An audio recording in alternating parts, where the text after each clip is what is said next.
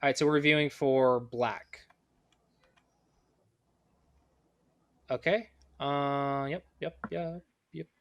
All right. So usually you don't approach a 3-4 point from this side. So if you wanted to play on the top, I would play here. And then if you wanted to reduce, you could go in, and you could always do it later. So at the double digit queue, my opening theory is open corners, like empty corners, and then empty sides. So you have the right side and the left side are the widest. So either over here or over here. So you played as Shamari, they played the Chinese. That's fine. Next, empty sides is the top and the bottom. I actually think the bottom might be bigger for you because you have a Shamari. Extending from a Shamari is worth a little bit more than a star point, but it's not too big of a deal at this level. But I would say it's pretty good. So you can go here, you can go here. This one's a pretty simple one. This one you jump over a 5 space. 5 space jump is an extension. So it goes 1, 2, 3, 4, 5. That's an extension from a position. A base would be like this one is maybe 2 jumps 3. I don't know, but you can jump 5 here. It's fine. Or you can approach. So usually, and then you have on the top. So on the top, you either have an enclosure or an extension. On the bottom, you have an extension or an approach. But I wouldn't approach here because that's third line to third line. So there is a shape that you can do. It's here and make that shape to approach. But usually you approach from the side that stops the Shamari because Shamaris are really big. So usually I would approach here. But you can see that it's already pincered. So I would consider this middle game, not opening. I would consider this largest framework, and I'm just going in the largest framework rather than the opening, which is open sides first. So here, the next thing is make a base. 1 stone jumps 2.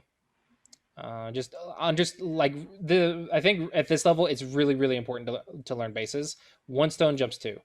Like identifying which stones have bases and which stones don't is like key in attack and defense at this level. So this one, it also makes a base, but it's a little bit harder to handle. So I wouldn't worry about making bases on 4th lines until you get stronger, because how do you deal with this move? How do you deal with this move? It's a lot more difficult than if you just play this one. And if they go that, then you can just go under or over, depending. There are more complicated variations, but just the simple idea is you can just kind of play it like that. Okay, so he played an approach. So now you have to defend A because 1-on-1 you want a base or you want to respond. So now you need to think direction of play. So let's imagine which is the furthest distance, this one or this one? The one on the top. The top one? Shortest distance, you said, right? Distance, like which line is longer? Oh, longer. You said longer. My apologies. The one obviously on the right. My apologies. Yeah. Okay. So the distance between the stones is going to be the right side. So in this case, when you're choosing a Joseki, this is one thing that I want to stress for everyone. Never, ever, ever, ever, ever choose a Joseki that you just like and just play it every single time. That's a really bad habit. I think it prevents you from learning. What I think you should do is you should say, do I want to go on the top side or the right side? And then you pick a Joseki that goes in that direction of play.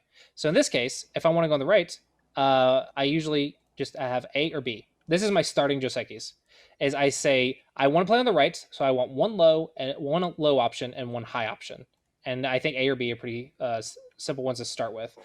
But and here I would have C or D. So if I wanted to play on top, I have one low, one high. So I start with just 4 Josekis. That's what I start with. One low, one high in each direction. And then I play the proper direction of play every single time. And then as I get stronger, I add on more and more Josekis. So in this case, I would say probably A or B. Since you have a low stone, maybe just B. Okay, so you played this one. So this is a good direction. I think low, but it's fine. No big deal. Okay. So this is good, consistent direction. It does feel a little bit weird with this stone, but more about that when you get stronger. Okay, good Joseki. This is not Joseki. So make sure that you learn Joseki. Joseki is the opening is like the only part of Go that actually repeats. That can actually be studied outside of the game. So make sure you're learning your Josekis outside of the game. And every time you encounter a Joseki you don't know, look it up. It's a very good habit to build. So here, this is the Joseki. That's the Joseki. So make sure you know that. In this case, you actually lose your base right here. And now you have to fix this Knightsmith cutting point right here. So you stay connected, but you have no base, no eye space. Or if you compare it to this one, white took the corner, white has eye space, but black has influence and eye space right here. So that's thickness facing this direction, and white has the corner. So you played the right direction to play. Little weird combination up here. Another Joseki option you could have chose, since you have a fourth line here, is this one. Makes the right side a little uninteresting, but it creates a good combination with this fourth line. So that's another Joseki you could have chose. And it's just a matter of picking, like Josekis are like tools. Pick the right tool for the job. So if you have a certain position, find a tool that goes with that position. That's all it is. But make sure you're not messing up the Joseki, because if you're messing up the Joseki, it just means you're not studying as much as you should be. Okay, so you do have a cutting point right here. Knight's moves, again, to stress, cutting points are the most important thing in middle game for the Q level. So don't neglect cutting points. So you don't see that. That's fine. So we're assuming we don't have weak groups. So we're going to play a big move. Bottom side is definitely a big move. Okay, this is good. I would go high. Support on both sides. You go high for developing. You go low if you don't have support on both sides. I ended up doing 3 spaces and immediately saw the consequences. Yeah. Instead of 2. Yeah, so this is not a base. This is an extension from the Shawn Ray with a light support for F3, but this is not really a base. A base would be like right here. Yep. So 3 space. This is probably more than this level can handle. For the single digit Qs watching, I can show you a cool sequence like this. And then maybe this, while threatening the diagonal.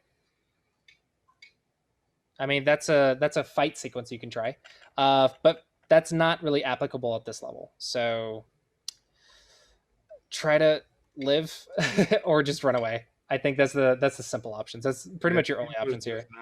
I believe that's what I. Oh, Okay. No, I You played decided to here. go for it. Okay. This is starting a fight when you're outnumbered. I don't know if this is going to go well for you. It could, but it's like high risk, high reward. It's not very strong. Usually what you want to do when you're playing, I would prioritize defense here. So usually what you want to do is you want to say, okay, I'm either going to try to go for the eye space in the corner, or I'm just going to run away. And the idea is I'm going to stay connected while I do whatever I'm trying to do. I'm either trying to make eye space in the corner, I'm going to run away, whatever, stay connected. Okay, that's important.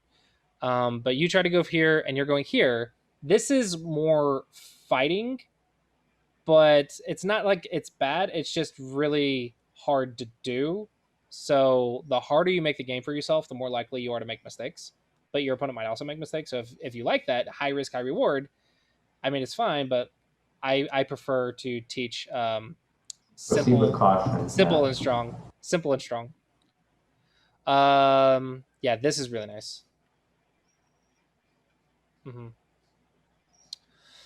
Probably just take is better. Then there's no more forcing moves. But I like that you're getting eye space at least, so that's nice. And then you attack these really strong. So it kind of worked out. There's the forcing move, but it's fine. Run away.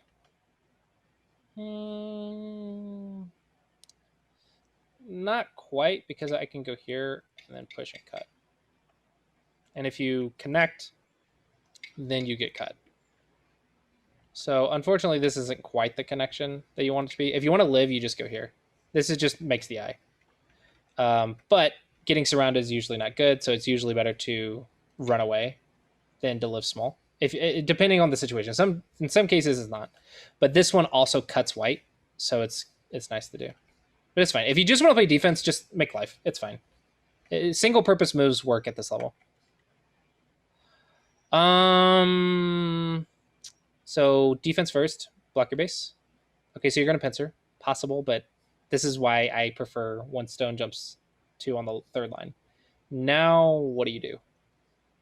Okay, so you're surrounding. So are you giving up F17? It looks like you're confused on if you should be attacking or defending.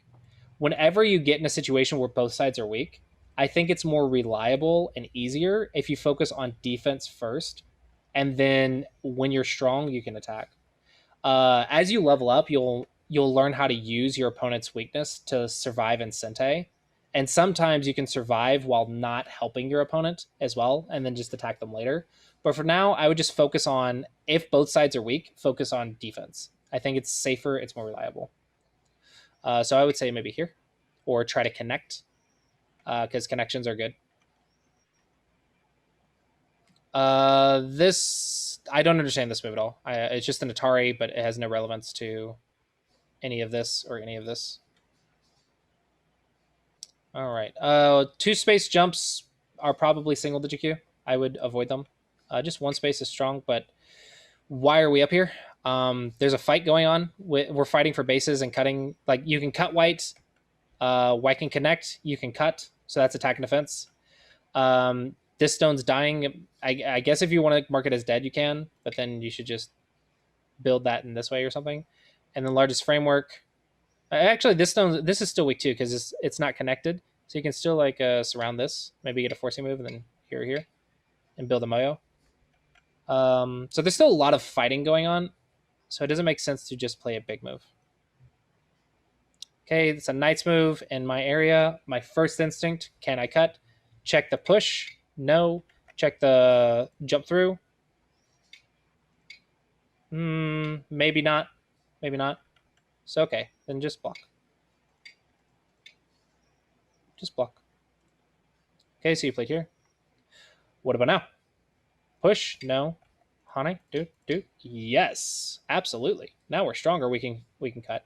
So definitely check knight's moves. It's a really useful. Connect. Yep. Cut. Maybe a cut. So there's at least 3 cutting points that I think you can find if you look for them. So you're playing defense, or you're. This is more of a block than defense, I guess, because you have some ice space, but it's more of a block. I think you're playing big moves, so it looks like you struggle with attacking. So I would say if you wanted to take something from this game, I would take, after your groups have a base and you have connections and you have movement and stuff, check your opponent's stuff.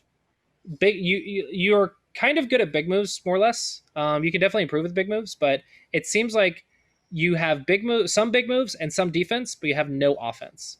And so the priority list is defense, then offense, then big moves. So after you're strong, you want to check your opponent's connections, their bases, and everything else, and you want to start punishing your opponent's bad shape. That'll lead to like positive exchange rates, and that'll lead to victories.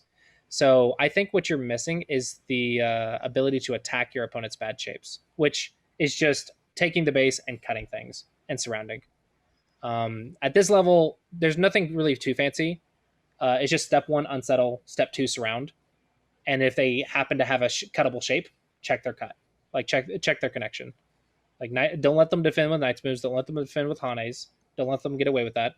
If you control the area or you're strong, cut them. See what happens. And that could lead to some very interesting results. Did you have any other questions about this game? Not really. I just wanted to basically get an update because you reviewed the last game that I played against this player. So I thought, okay. All right, well, I guess we could see how things have changed in the past couple of weeks. Okay. Well, hopefully there's positive improvement. I would say you get some big moves.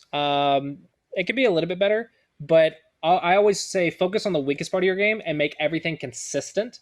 So you want to be at a consistent level. You don't want like one thing to be like really good and one thing to be like really bad, and then you average out. That's just unreliable play.